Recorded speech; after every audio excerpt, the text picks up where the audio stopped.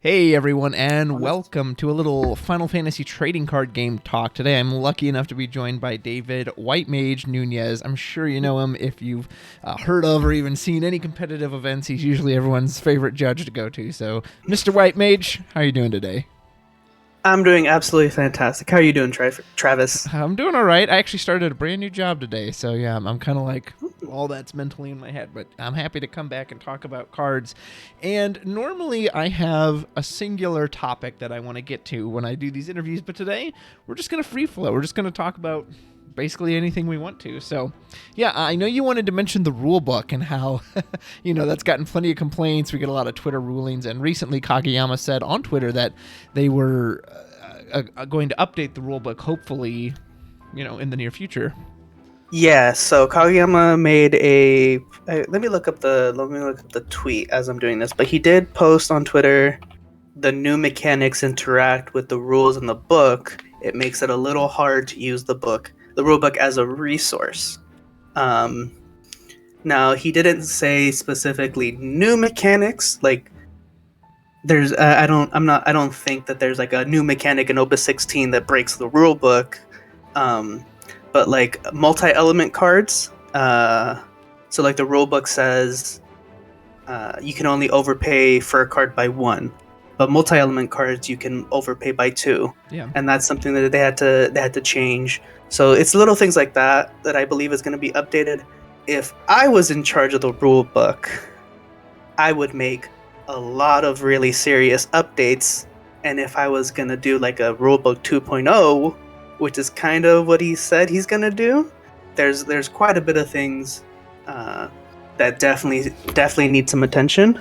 One of my favorite Dr. Seuss books, If I Ran the Zoo, by Dr. Seuss, and you get to hear all these wonderful creative creatures that he would catch. So if White Mage wrote the rule book, that's going to be our Dr. Seuss story tonight. White Mage, what would you change? Or what are some of the predominant things that you think of, like, hey, that needs an update? Obviously, you mentioned multi-element. What else? They still have freeze as a field ability in the rulebook, and it's technically just like a resolved auto or something, right? Or it's just like a state.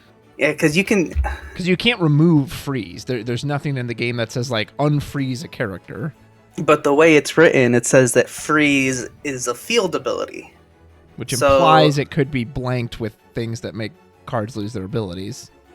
Yeah, so it was really embarrassing. I think there was like an Octagon tournament where someone attacked into an ice player and hit a Jonabot, freezing 2 forwards. On the ice player stream, they played a Gentiana, which would have blanked the freeze if it was a field ability.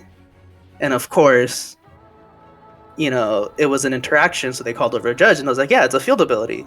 Gentiana blanks abilities. Those are going to activate, and then someone just pulls up a Twitter, just like a Twitter from Kageyama, and it says, no, freeze isn't a field ability, and then I just have egg on my face. Well, and that's funny because a lot of these abilities, cards will say it gains such and such until the end of the turn, and there's no card that says this card gains frozen until the card is frozen. Yeah. So yeah, that's the easy tweak they could make. If you think about cards that increase power, it'll say it gains plus 2,000 power. Mm-hmm. But if it loses power, it doesn't say gains minus 2,000. It says it loses 2,000. Yeah. It doesn't have a minus symbol. So those are some really just that one doesn't. That one makes sense to me though, because gaining versus losing. I think we all know what those words mean. True, but when you have gain and the word and the plus symbol, one of those is redundant. True. And when you're going in the opposite direction, you don't have loses minus. You don't have a redundant symbol in the opposite direction, which it's not a complaint. I think that's very clear.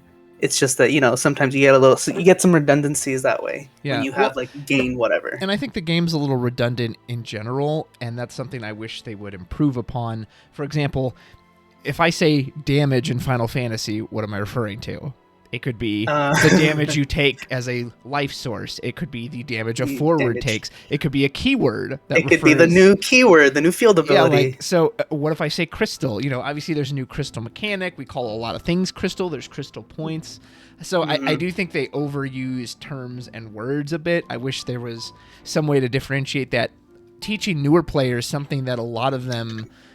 or especially ones that haven't played card games before, they really struggle with the power value and the idea that, like, if they deal something 6,000 damage and it's a 9,000 power forward, they'll say, oh, so it only has 3 left, right? Well, it's like, well, no, it still has 9,000 power, so if we fight in combat, I'm still going to deal you 9. And like, I can just see him just like, I don't understand, but I don't. You see, you've only got 3 left. It's like, no, it's not like losing. And I always try to say, imagine 2 values like on a Magic card where it has toughness and strength. That, you know, you made this value go down, but this value's still up. So it stays. And that is a problem that it's inherited from Magic, because it's the same thing. Your toughness is like, your toughness is always the same. It's separate from the damage, right? But decreasing the toughness, or dealing damage, doesn't decrease the toughness. You have to match it. Yeah. To break it in MTG. Having been playing some Magic the Gathering Arena recently, which is a really fun little online game, I honestly personally appreciate the amount of keywords that are in that game, and I kind of wish Final Fantasy would adopt that. You have things like flying and vigilance, reach, and I can't remember what it's called, but there's a keyword that basically resorts to Final Fantasy's text of can't be broken.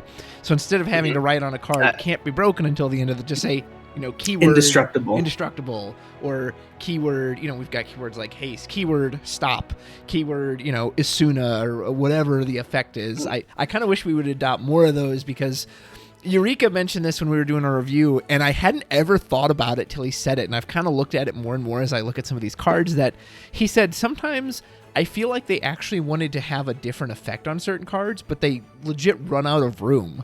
Like, he wondered if on Stern or Mashiri that it was actually supposed to have the text that it was, you know, once per turn or whatever, but there's no more room on the card. So it's like, even if they wanted to, they can't fit it. So keywords would help, you know, mitigate some of those issues. Make cards more concise. Yeah. And what was I thinking of? Okay, so you have something like the Garland effect or the Rydia effect that says, you know, doesn't receive damage from summons or abilities. You mentioned Y'shtola, that's what made me think of that.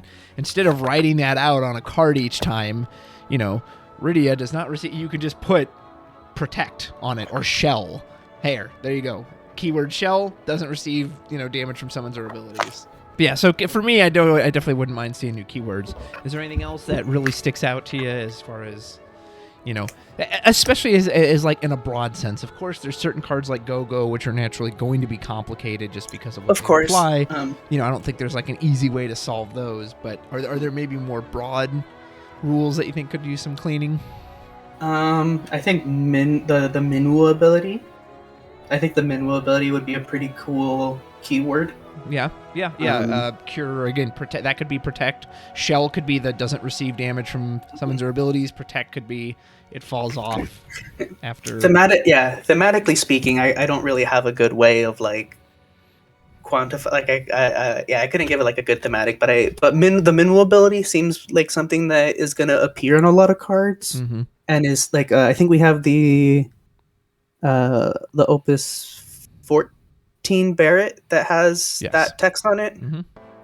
So yeah, it's not going. That mechanic isn't going away anytime soon. So well, and I complained about that mechanic when it came out back when I was writing articles. You and I were both writing articles for Back to the Gaming, I think it was at the time, and I wrote this one about that damage and how I didn't like the change because I didn't like that one Braska's just got through everything, said no, absolutely nothing stops this, and that Kuchaspel, you know, they could just dull this card. Now it just shut off every single one of your effects.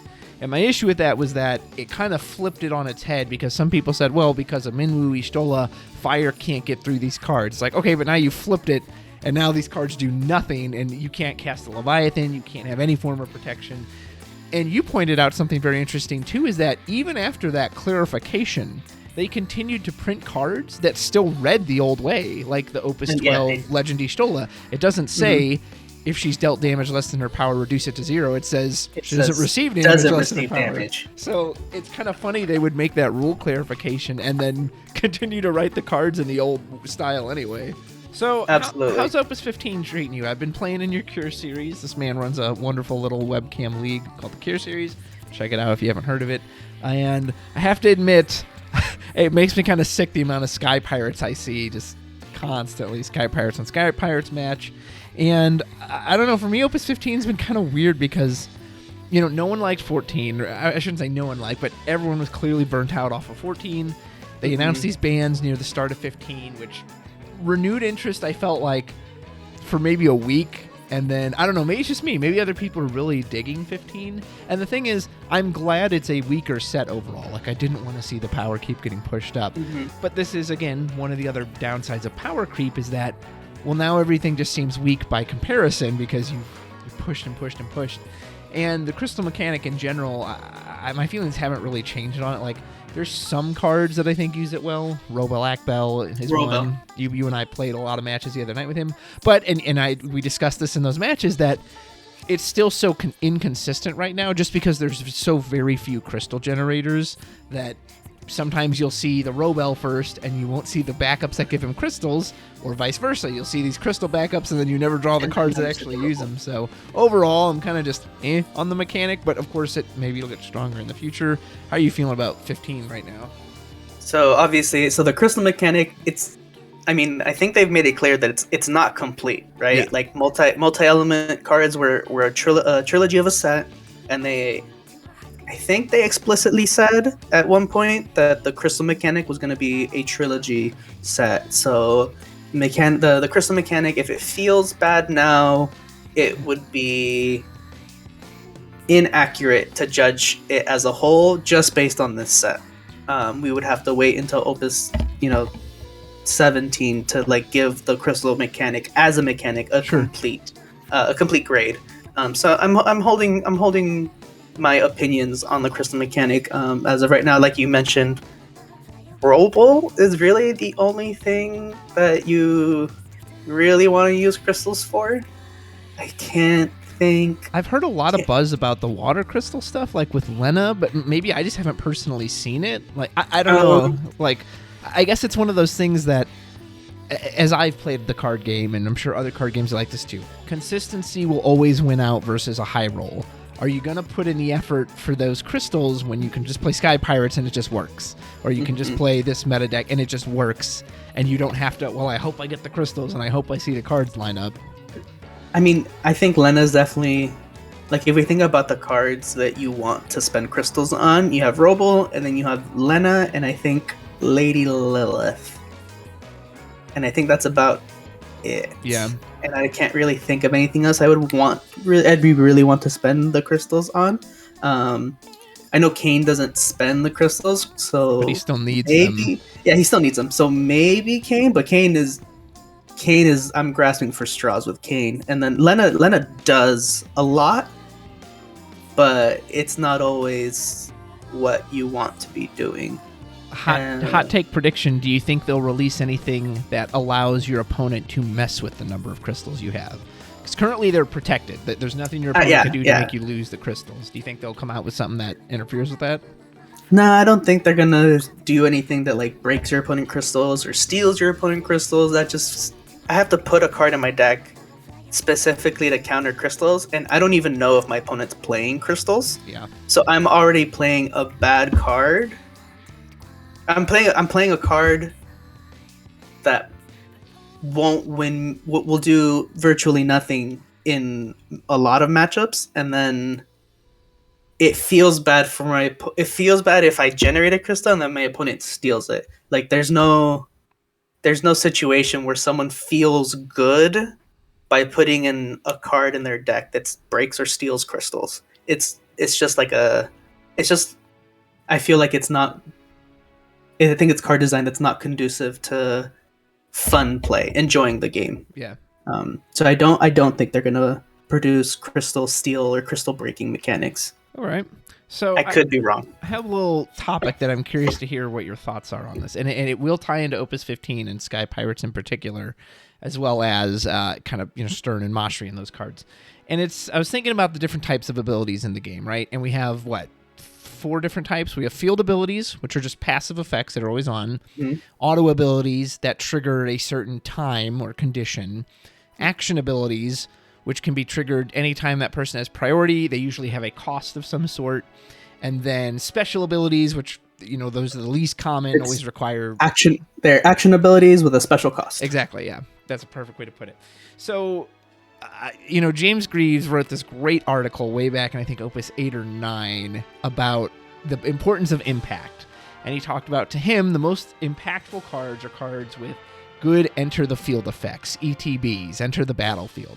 Because, and I can understand his reasoning, even if that card dies immediately, it comes in, it puts an entry effect on the field, so you're getting that value. And as we've seen, that is the most common effect in this game, is when it enters the field, da-da-da-da-da-da-da. All the good decks have good enter the field effects, so I get that. And I've often thought, surely the balance of that is supposed to be that once that card enters the field, that effect is done with, right? So now it's just a body, or a backup, or whatever it was, because it had its good entry. Well, lately... maybe to counter it, we've seen the rise of a lot of action abilities. And action abilities, especially lately, have felt like, in my opinion, that they really abuse the stack in a way that I don't like. And that was kind of a big issue I had with Stern or Mashri, was that even if you tried to deal with them, the way these action abilities are constructed and the way priority works, they'll always be able to respond. There is nothing you can do to prevent it from happening, other than an outright cancel, which there are very few effects in the game that cancel action abilities. Almost none. Yeah. So again, it doesn't matter how many things you target Stern with, he can always respond by buffing his forwards 1,000 times. In Sky Pirates, Penelo and Bismarck and Althea have these action abilities and kites that say, it doesn't matter, you cannot kill kites. It is impossible for you to actually kill kites, because you could throw 5 different forms of removal at him. Guess what? Before any of it resolves, he's bouncing himself out of the game to save something. Same with Penelo. You can't actually interfere or interact with the cost of that card. You can't say, well, I'm going to take out some of your Sky Pirates, so you have to pay more for that ability. It won't work, because she'll go, well, before that happens, I'll just pay the free cost and, get whatever effect I want. Same with Bismarck. You can't stop him from dulling the forwards.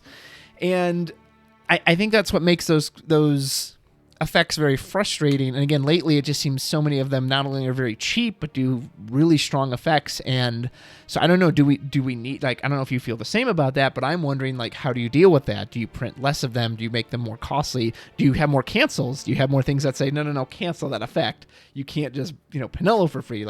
Sorry, I talked for a while there, but that's kind of what to set the stage for all that. So give me your thoughts on that stuff.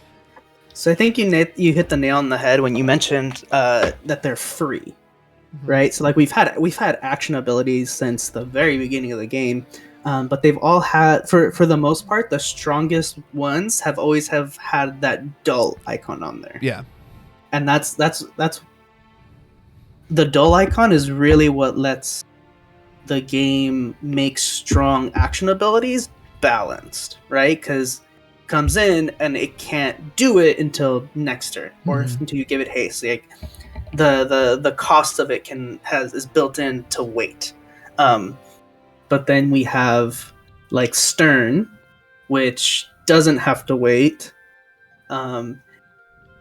It takes the place of an ETB because you don't have to wait. Yep. And you can delay it, right? So if we had any of our old autos, and you could just delay them, if you had Opus 7 Sephiroth, you could play it, but your opponent has no cards, you'd be like, I'm just going to wait until next turn, discard your cards then. That's essentially how these new free action abilities work, right?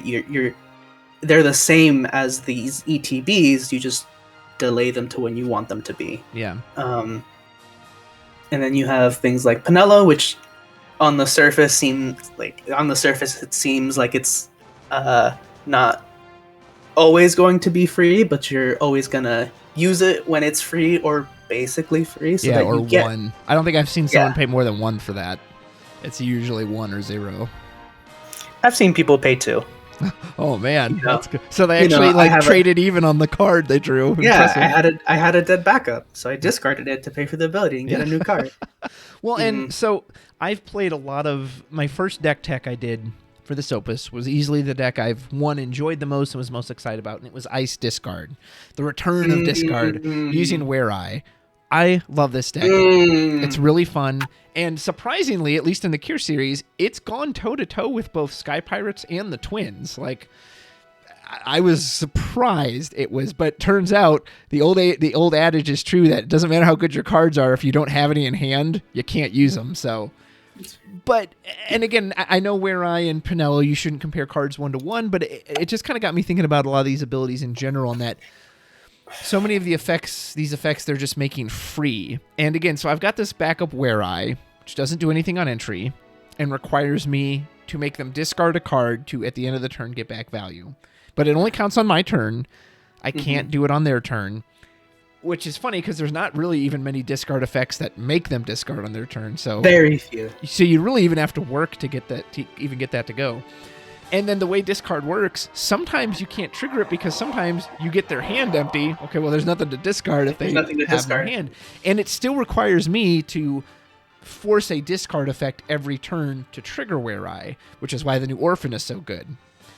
And then I think of something like Pinello or Bismarck that says, no, I just can, even if there's no forwards on your field, so I can't use these other two effects, I'll just draw a card every turn for free. Bismarck also gets a draw on my turn if I bounce something on my turn, but not Were Eye. Like, I guess I just really want to know what their design philosophy is and why some stuff, wind in particular, wind, the element that already has activation. It seems like that's the last element that should be getting free stuff, and yet you have Bismarck's effect. I can dull every forward for no cost and kill whatever I want. Pinello, I can draw on my turn. I can draw on your turn. I don't have to set up any of this. I'm like working my ass off with Were Eye, and they're like, no, I just exist and I get to do stuff. And it just makes me really wonder, like, what is the design philosophy behind these cards? Were Eye not triggering on your opponent's turn allows Hobby Japan to make better cards that do discard on your opponent's turn. And it's not. It's. I believe that's them trying to reserve their design space. So you think that was intentional? I do believe it was intentional. I do believe that because we got a card in this set that discards on your opponent's turn, right? We got the new Mono Shiva, the 1-drop. Yeah. Wei Ray makes that card a lot better, and every other card that can discard on your opponent's turn, right? Wei Ray would have made Glacia better. And I'm not saying that Glacia or Mono Shiva are too strong, but it seems to me that they want to make more of those cards. Yeah. In the going forward in the future, and that's why Wei Ray would be a bit weaker. On the other hand, doesn't apply to Bismarck, but Pinello is very specific. Yeah. Right? She has to work in a deck that's, half of the cards have job Sky Pirate. So as soon as Sky Pirates are no longer strong enough, that goes away until they make more Sky Pirates. But if they make more Sky Pirates, it's likely they're going to make another better Pinello. Yeah, that's true. Well, and so that's an interesting point about Pinello, and something I've actually always argued for Tribals, that I like when they reward you for building your deck in a certain way. I know, especially back in Opus 12, Tenzin was probably very frustrating for a lot of people, turn 1 Tenzin. But I've always liked Tenzin because, again, he says you have to build samurais. If you want him to actually give you value, you gotta jam your deck full of samurais. That is what he's there for. I liked that, unlike Susano or Philia or Amaterasu, that you can't just jam him into any fire deck ever. You have to build him with samurais.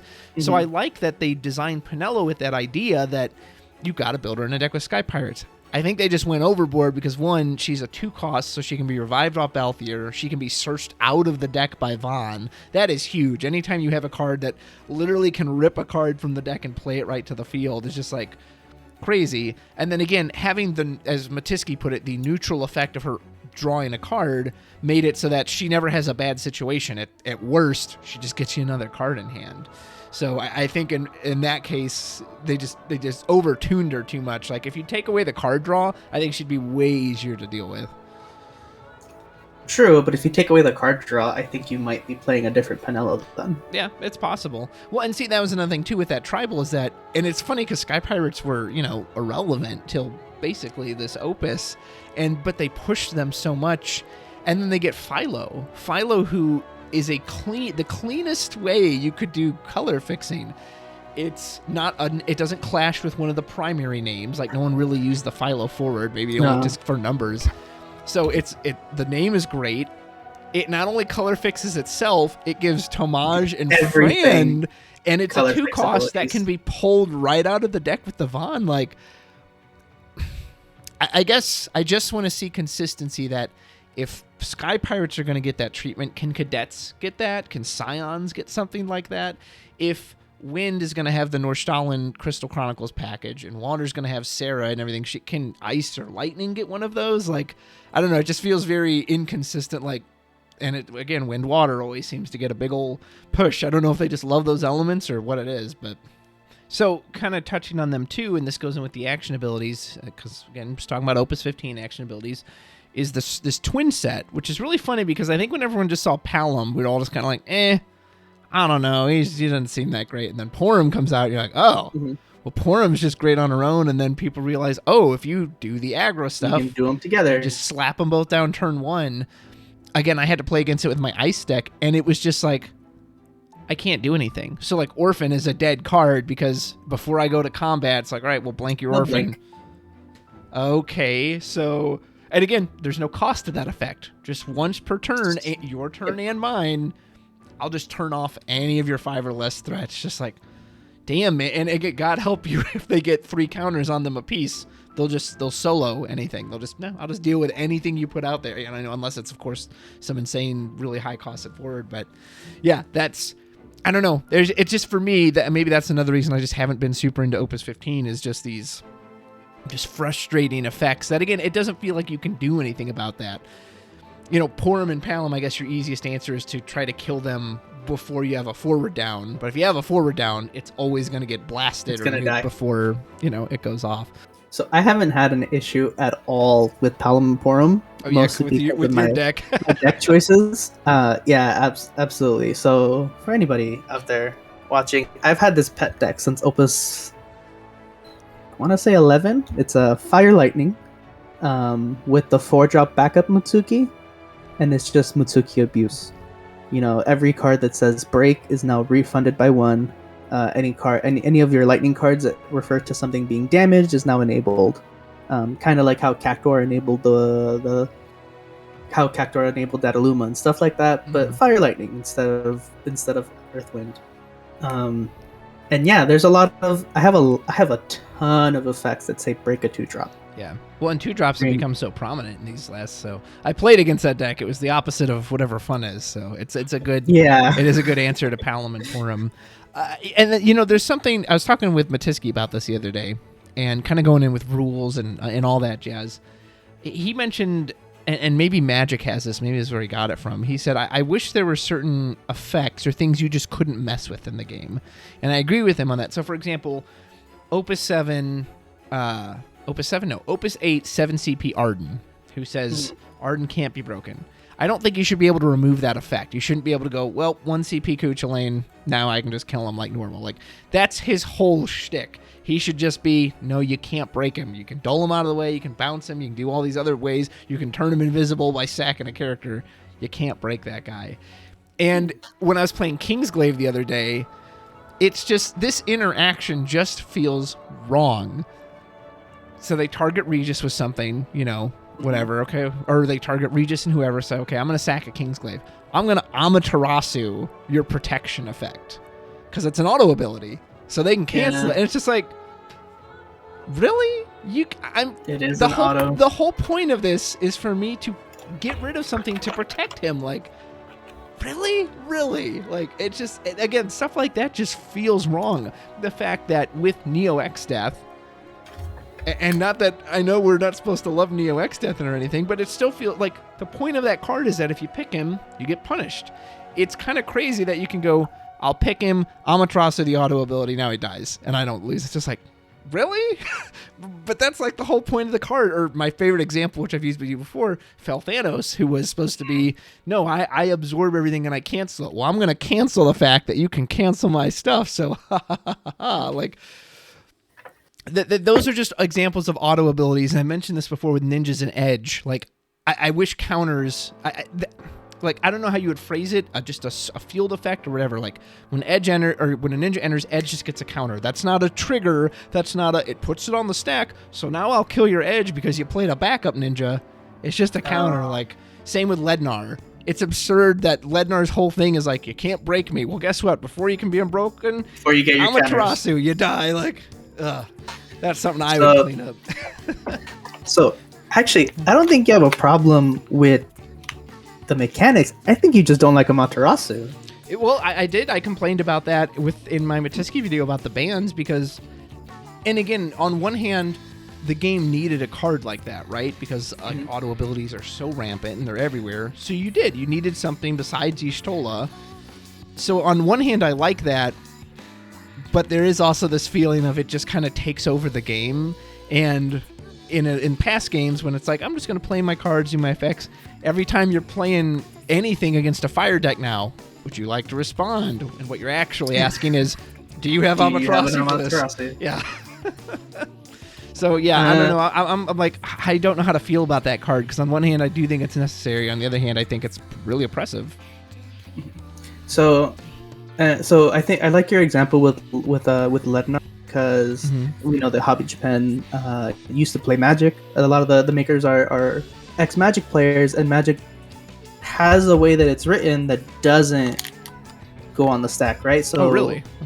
So Magic, a lot of cards say, X card enters the field with X counters or whatever. Oh, okay. So Lednar could have said, Lednar enters the field with 2 counters. Interesting. That's a field ability. Yeah, it's not actually making a stack. It doesn't go on the stack, and it does what you want it to do. So that feels very deliberate, because Magic has mechanics to do what you're asking, and they didn't do it that way. Yeah. Well, and it made it, because of the way they worded Lednar, and this is kind of an issue I had with Furion too, with the new Rebel package, is that the way Lednar, for some reason, has to come from your hand. So you can't even do like Phoenix it back into play. Why? Like, it's not even that good of a card. So what I was saying with Furion, this card without crystals does absolutely nothing. And then even with a crystal, I find it to be very average, and it makes the card incredibly susceptible to things like bounce. Whereas beforehand, bouncing someone's ETB is like, oh, cool, I'll play it again. But now it's like, oh, but I don't have a crystal this time. So I actually, like, it kills the card by it. Like, I don't. Again, he's another one. Why are Rebels so clearly, like, handicapped at the knees? But Sky Pirates just got... They get everything. I just want to know. I guess I just want to know, like, is it favoritism? Is it, hey, we like this job better? Hey, we want to push this game? Whatever it is, it just... Because I can't figure it out. Can't really talk about any Opus without going into this too, but... it's the product. It's the product and the lack of events. And at least I know some locals are lucky with this. My local store, last I checked, they still didn't even have Opus 15. When we were playing last Opus, we were getting Opus 13 product. They'd never had 14. They couldn't get their hands on 15. I haven't seen a promo card since Glaciolabilus in like 2020, and so that adds to the frustration too of us. I don't want to go to the shop and play for 3, product I've already collected already, and then the events are frustrating too, because we know they're running some events over in Japan. Of course, they're not running anything as like a big old Crystal Cup or anything, but we know we've been running some of the Masters, and just and we never really hear much from Kageyama or any of the representatives. And so as players, I feel like maybe that's why there's so little interest sometimes. We're all just sitting around here like, well, I don't know, what are we playing for? And there was a time when I didn't think that way. When I started and I was excited and I was brand new, I was like, I just want to play for the love of the game. I love Final Fantasy. But what got me into it was that I had a healthy local scene where I'd go up there on Monday nights, and every night there was 10 people there. enough people to have a little tournament, and I got to know people, and there's some of my really good friends now, and that made a huge. If those people weren't there, I mean, that's probably why I never really got into Yu-Gi-Oh or Pokemon back in the day, because at least where I lived, there wasn't any scene for it. So yeah, I can collect these cards by myself, but I have no one to share them with. Couldn't agree more. Right? So I did come from playing Yu-Gi-Oh, where the community was terrible, just really, really bad. And I like to tell the story a lot, but Please. First, I moved to San Diego, towards the end of 2018, and that's when I decided that I wanted to play Final Fantasy. Fan of the series, wanted to, start playing the card game. Old fan, played a lot of Yu-Gi-Oh growing up, played some Magic. But those were all I had a lot of terrible experiences playing Yu-Gi-Oh, some of which include firearms. Jeez.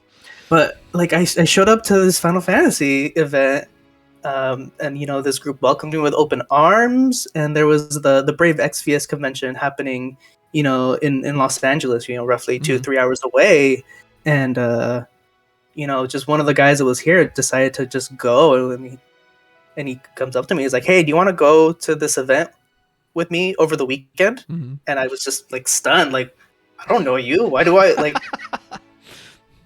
Are you trying to? I don't have cards for you to steal. Are you trying? Is that?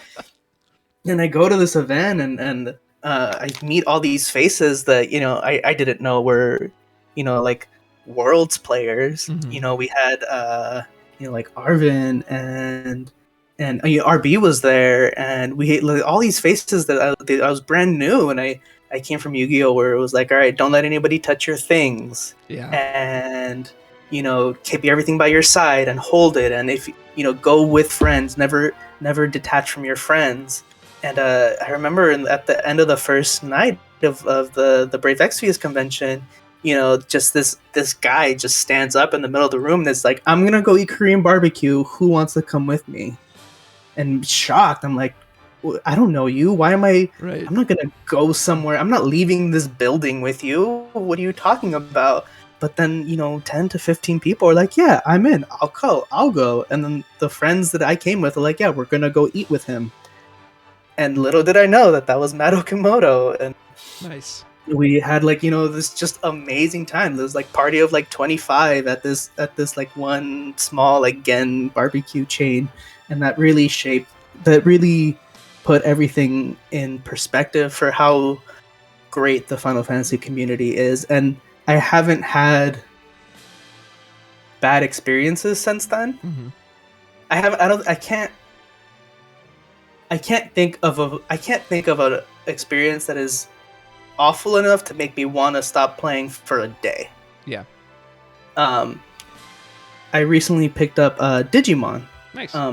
Because there is a local scene, and very first tournament I went to, my opponent just has the most obnoxious rule shark. He just rule sharks me in the most obnoxious way, and I just don't want to play. Yeah. I don't want to participate in this scene whatsoever, and it just makes me really appreciate the Final Fantasy community. My condolences, my apologies to people who can't get promos or Opus 15. Where you can get promos in Opus 15 is by participating in the Cure series. By entering, you get one free pack and one free promo delivered directly to your door at no cost. All you have to do is play. I need to have like bells and whistles go off when you do that. Like confetti starts raining down. Act now and call in the next 5 minutes, and we'll throw in a free Norstalen. But yeah, it's those experiences starting out in the game really shaped the way I've approached Final Fantasy. Right, like it's. The reason I'm doing the Cure series is because of the community was so good that I want to keep it propped up. Yeah. That's why I keep doing it. I'm always happy to judge, because if I judge, more people can play. More people can play, the better the community is. Yeah. I'm always gonna make that. I'm always gonna make the decision to make the community better. Whatever I can do, I'm going to do it. Yeah. No, that's I love casting the matches. I would love to cast more matches, and I'd love to be able to do it for a big event.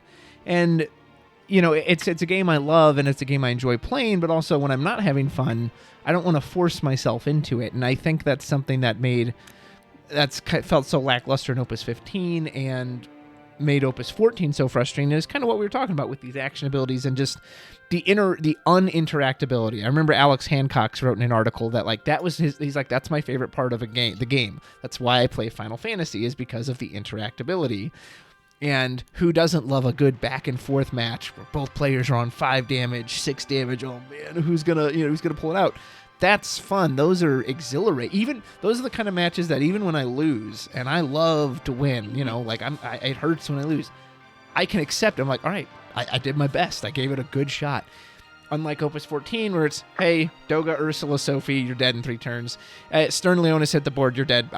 You'll never get me with anything. I'll just outvalue you with Penelo and Bismarck and Althea and Typhon. I'm just going to Typhon you every turn for free, and there's no... And I get it that those are the meta decks, and the meta is always going to be the strong stuff, but again, it also, I always counter with, so then what's the point of releasing 120 plus cards if the only ones that can, that are going to consistently win are these 10 or whatever? I want to play Ice Discard. I want to play King's Glaive, even if they kind of got the short end of the stick. I want to try Rebels. What's the point of making these cards if they're just not even going to do anything? So, I don't know. Maybe it's just sour grapes for me. Speaking of things that are not fun, Opus 15. Yeah. I really hate to say this, but it's been kind of a dud. Yeah. I think from just enjoying the cards or meta or what exactly? So they dropped all the cards, and I immediately felt that a lot of the cards are not fun, right? Yeah. So we look at the Dark Legend Arden. Mm-hmm. There is no situation where someone plays that card and the game doesn't end. Yep. Every time I played that card, I've lost. Yeah. So if you're playing it on turn 1, you lose the game. Yep. You're not coming back from that. If you played on turn, I don't know, maybe 7 or 8, and you're already set up, you win. And there's really nothing else. The only saving grace is an Amaterasu or an Stola. Yeah. But yeah, if your opponent has to take, if anytime your opponent mills 20 cards, they've lost. Yeah. So that option might as well not be on there. Right. Because they're never going to pick it. Yeah. And if they take, if they're at 3 or 4 damage, they can't take another 3, they'll lose. And if they sacrifice 3 or 4, then they lose. So you either win off of it or you lose off of it, and that's not really thematic. Yeah. To Arden, and B, really bad for the game. Yeah. The very first deck that I built going into Opus 15, like you mentioned, was mono ice, or it was ice, mono ice, ice earth. Okay. It was Go-Go Flans, nice. Mono Shiva. How'd that work? And I didn't win any games with it. Mm. Well, I guess I won some, but my opponent hated playing against it. Yeah, I'm sure. I was playing against Sky Pirates, and there was a time where they attacked with their Vaughn, and they flipped over the new 1-drop Shiva, mm-hmm. and then I just froze whatever was left, and then I had them discard 2 cards. And they hated that. Yeah, it just feels awful. It felt terrible. And then I couldn't do anything either because they were so far ahead. So I drew 2, and then I think I played an Orphan and passed. And then I proceeded to lose. Some of the stuff that was introduced into this in this set doesn't feel good. Yeah, that's a great way to put it. And then I'm not particularly enthused about any of the... I don't want to... Robel seems strong, but I don't really want to do anything with Robel. Maybe play Ice Earth, but I'm not excited to play Ice Earth. Mm-hmm. The only thing that got me excited this set was the new Dragoons. Yeah. And then Go-Go. Yeah, Go-Go. But Yeah, I did the go-go thing, and I decided I did not enjoy it. Well, again, decks like that are, at least in my opinion, you're putting in all this effort when you could get a more consistent and powerful reliability from samurais or from sky pirates. So why bend your back? Why bend over backwards to try to make go-go work when you could just do this stuff, you know? Well, like we mentioned when we went to like Pinello versus Wayrey, like Pinello is specifically good, but Wayrey is generically good. Yeah. It's the same thing, right? Samurai is specifically good, but Go-Go is going to be generically good. Yeah. Right? We just need more things that it works with for it to be generic, for it to really take off. But I think it's not by any means bad. I definitely foresee, you know, being category 6 definitely makes it one of the, like, a good card, you know, get it off Emperor Gestal or Gestalian Empire Sid. But yeah, like the mechanics, like my opponent hated playing the mechanics, and then I lost. So it was just like bad experiences all around. The only thing that the other thing got me excited was Dragoons, right? So I've been saying this since Opus 13, like Dragoon backups. Having Dragoon backups really makes the deck, like, it makes the deck so strong. So when we think about the fact that we got a new Dragoon backup, and then we got the Wind Cane Dragoon, that makes the deck so much more consistent.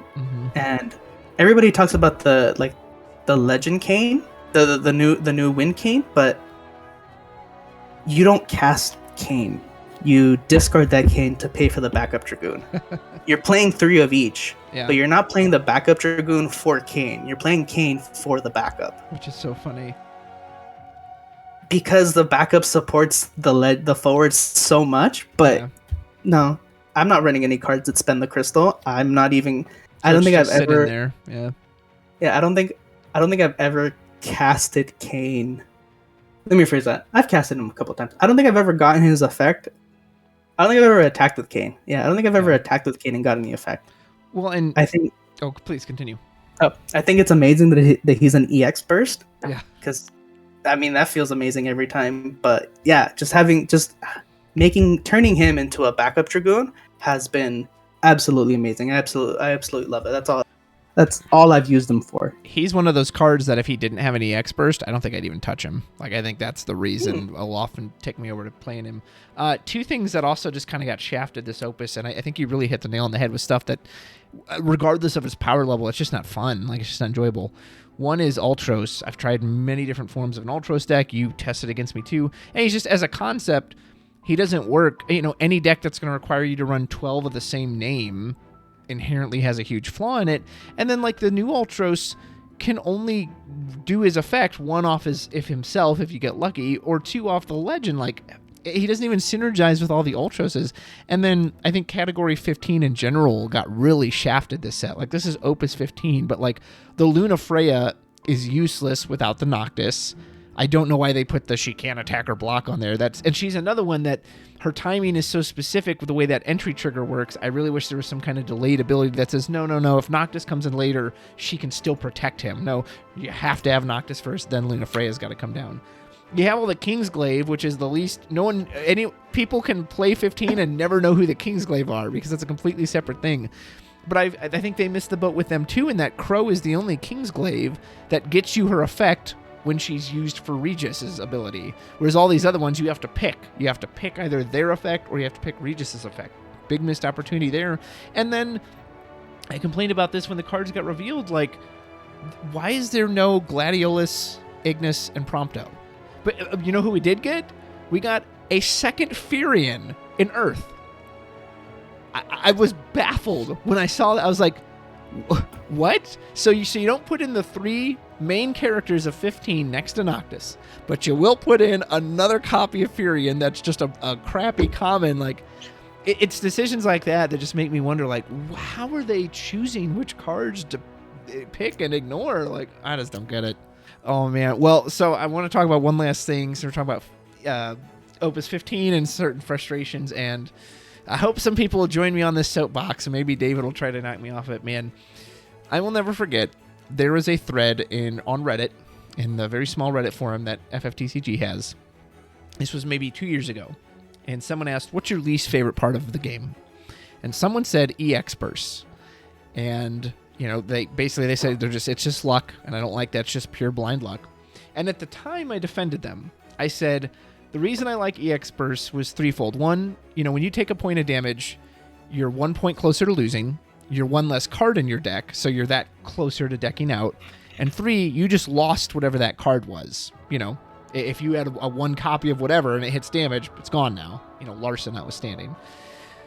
And so I liked that this burst gave it some value. And in the past, I felt like they balanced certain cards with, well, we'll give the burst actually made it worth choosing. I always use the comparison of the Opus 6 3-cost Ramu versus the Opus 7 4-cost Ramu. The Opus 6 is undeniably more versatile, but I sometimes would choose the Opus 7 simply because of that burst. So I did defend them at one time. However, they're on my shit list now. And I was playing in RVA last week, and I know John Schreiner would love to argue with me about this. So John, if you hear this, come on, man. I would love to debate this sometime. I don't remember what was going on in the turn. I was playing my Ice Discard. This guy was playing Avalanche Operatives, and he legit has no hand. He has no hand whatsoever. I've Argathed him. I've Orphaned him. He has no hand. He has 3 backups. I'm in control. I swing for a point of damage. Boom, Tyro. He searches out Titan. I have no more discard. Next turn, he taps the 3, pitches. He has exactly enough now to play Titan Wipe the board, and I lose the game. And it's just like, and I rewatched the stream, and John was saying on the stream, those points of damage aren't free. There's a cost to attacking because you could hit that burst. But the reason I disagree with that is because it's frankly not true, because it's random. Because you could have, like my last Cure Series match I played in, where I took 7 points of damage, didn't hit a single burst. Next game after that, a Sid Alstein saved the game for me and allowed me to win.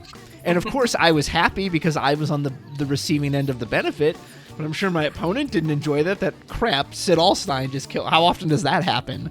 Like, I don't know, man. Like, I get it. It's a card game. There's inherent randomness in the cards you draw and all that. But lately, they've just felt so punishing, and I don't accept that. Well, so you never attack?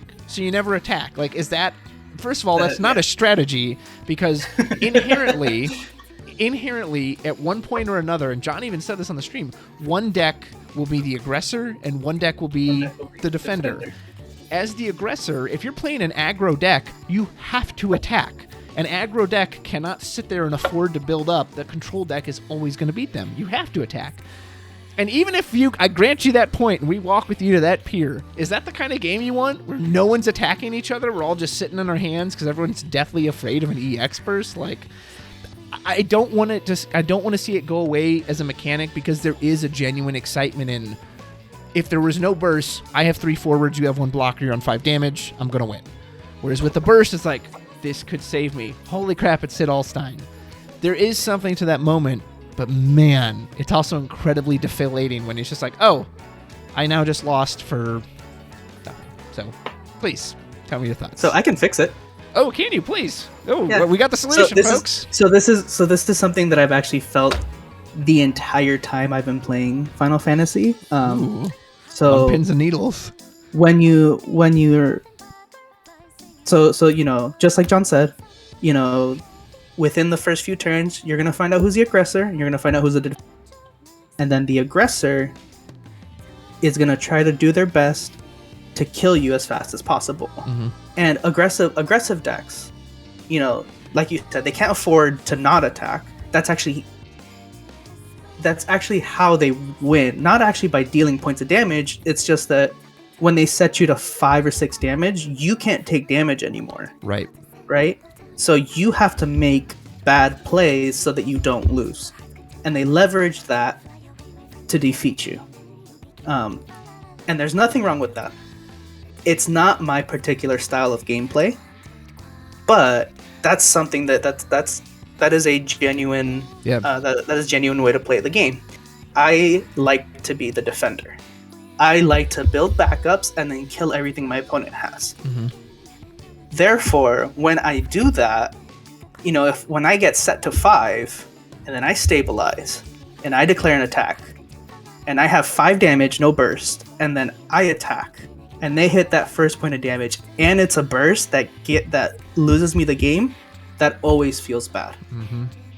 So, my solution would be EX bursts don't trigger if you have less damage than your opponent. If you have less damage than your opponent. Interesting. So if I have 5 and I hit you for 1, that burst shouldn't trigger. Interesting. That's very interesting. Wow. Yeah, that's interesting. Okay, what about even? Like, what if you're dead even? What if you're on 5? I'll give it to you for even. If I'm at 6 and I hit you for 6, you can have that burst. Yeah. But if you're less, that's really interesting. That's really interesting. So if that were implemented, that would obviously solve you as the defender. Would that hurt aggressive decks? Because obviously you would trigger. You would It is exactly the same for aggressor decks, right? Because aggressive decks, they're always going to attack, and my bursts are always going to trigger. The only thing it does, it stops them from cheating out a win with a burst. Interesting. That sounds like that punishes aggressive decks, though, because if I'm hitting you, then I'm going to get punished. But I guess they already get punished anyway for that. I guess that wouldn't be any different. Right. The punish isn't your deck is less aggressive. It's you can't be aggressive. You can't get lucky and be aggressive again. Yeah. Right? In the situation that you mentioned, right? You had your Orphan and your Gathaway. Yeah. You made all the right decisions to win the game. And the way they could reward that is by turning off your opponent's bursts. Yeah. That's interesting.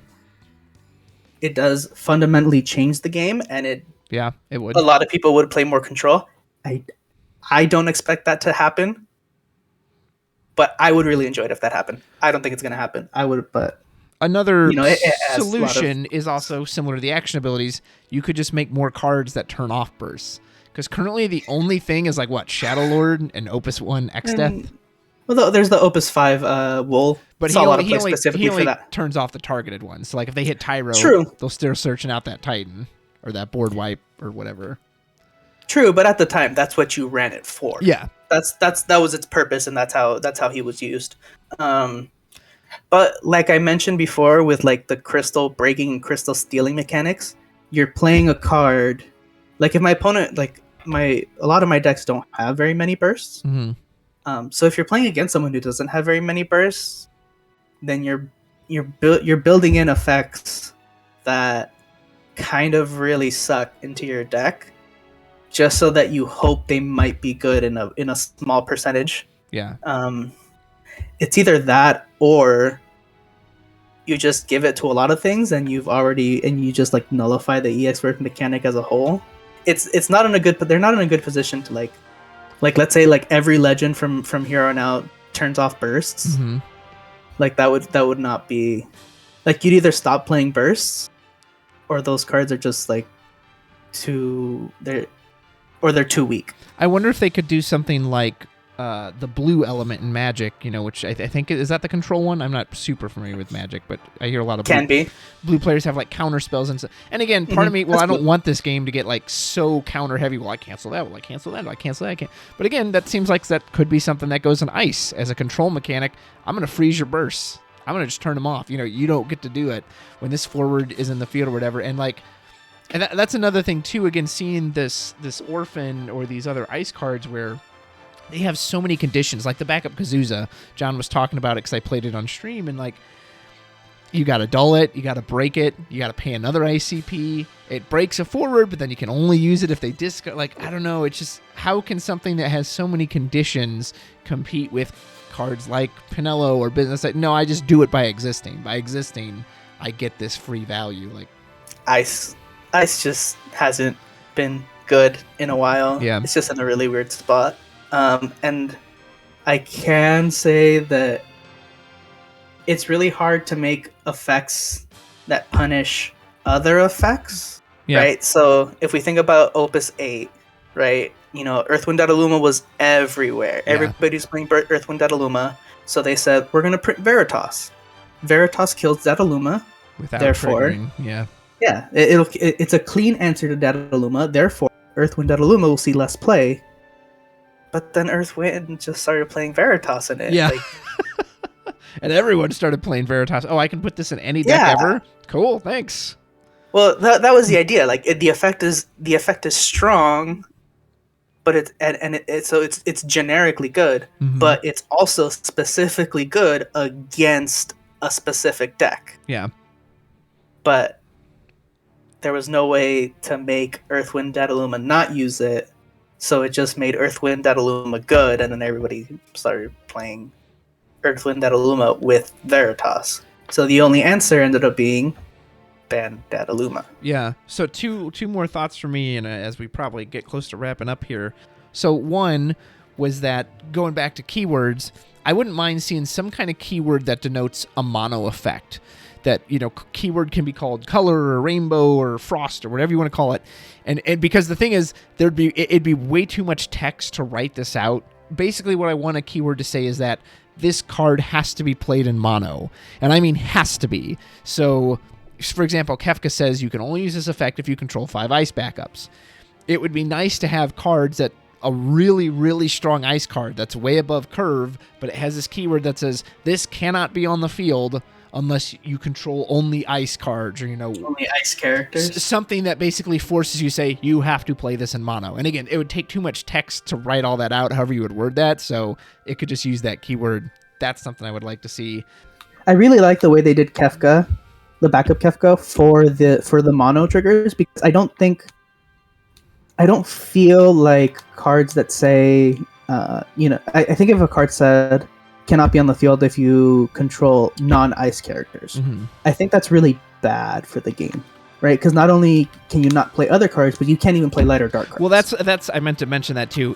In this keyword, it would say, again, I don't know how you'd word it, but you can still play light or dark because those are meant to go everywhere.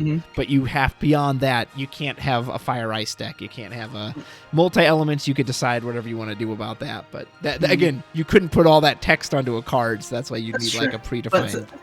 But yeah, I'm saying that mechanic just doesn't feel great. Sure, I get it. Right? So the cards would have to be super duper strong to counteract that downside, and if they feel super strong, they might be bad for the game overall. Yeah, that's fair. Which is why I really, really like the Kefka backup, although I think it could have been a 2-drop. But I digress. I think so too, yeah. Because it says you need to have 5 ice backups.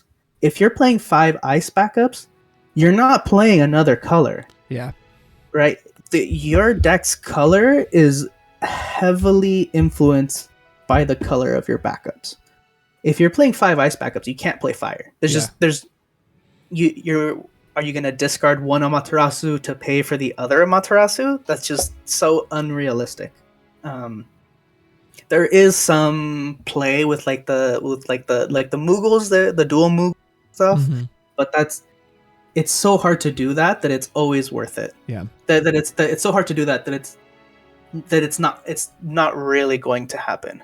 So I think we could benefit from a lot more cards that say you can only gain this effect if you have all ice backups or all fire backups or all water stuff. I really like the way they do that. I really hope they implement that going forward with our mono stuff, right? Yeah. I think Opus X Furion said that, like if you have one fire backup against something, 3 fire backups, 5 fire backups. Yep. I think that's beautiful game design for mono decks, and I think they should absolutely continue going with that. Awesome. I think that's a really good point. Another point I'd want to make was basically about homogenization and how, again, Amaterasu and Tyro are great examples of this. Because of Tyro's EX Burst, it's a very easy decision to just jam 3 copies of him in there because you're thrilled. You probably actually don't even necessarily want to play him. You want to see him get hit into damage so you can grab your best forward. Same with Amaterasu.